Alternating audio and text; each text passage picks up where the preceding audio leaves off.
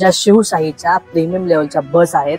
जवळपास 4 ते 5 बस या ठिकाणी आहेत आणि या बसची अवस्था अत्यंत दयनीय अशी झालेली आहे। स्क्रॅपच्या सगळ्या बसमध्ये गेलेल्या आहेत। मात्र या बस इथे ठेवल्यामुळे अनेक ठिकाणी संशय इथे वाव मिळतो, कारण या बसच्या जेव्हा आपण हात डोकून पाहतो त्यावेळेस इथे निरोध, त्याच्यानंतर दारूच्या बाटल्या आणि अन्य काही अशी वस्त्र आणि दारुड्यांचा अड्डा, जणू काही ही बस आणि हे स्वारगेट स्थानक बनलं की काय असा प्रश्न उपस्थित राहतो। एकीकडे पुणे जिल्ह्यामध्ये आणि राज्यामध्ये ग्रामीण भागामध्ये बस सेवा ही मोडकळीस आली आहे। लाल परीची सेवा आहे मोडकळीस आलेली आहे।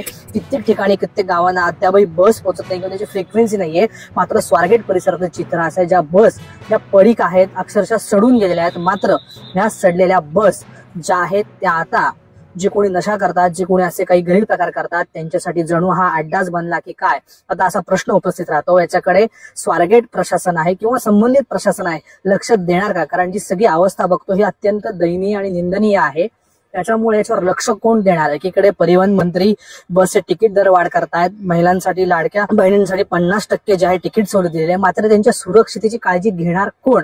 प्रत्येकाने स्वाभाविकपणे आपापली काळजी घेणं गरजेचं आहे। मात्र ज्या पद्धतीने सध्या काही वातावरण सुरू आहे ते अत्यंत भयंकर असं आहे आणि या बसमध्ये जे काही आपण सगळे दृश्य पाहतोय हे अतिशय मनाला विचलित करणारे आणि विदारक दृश्य आहेत।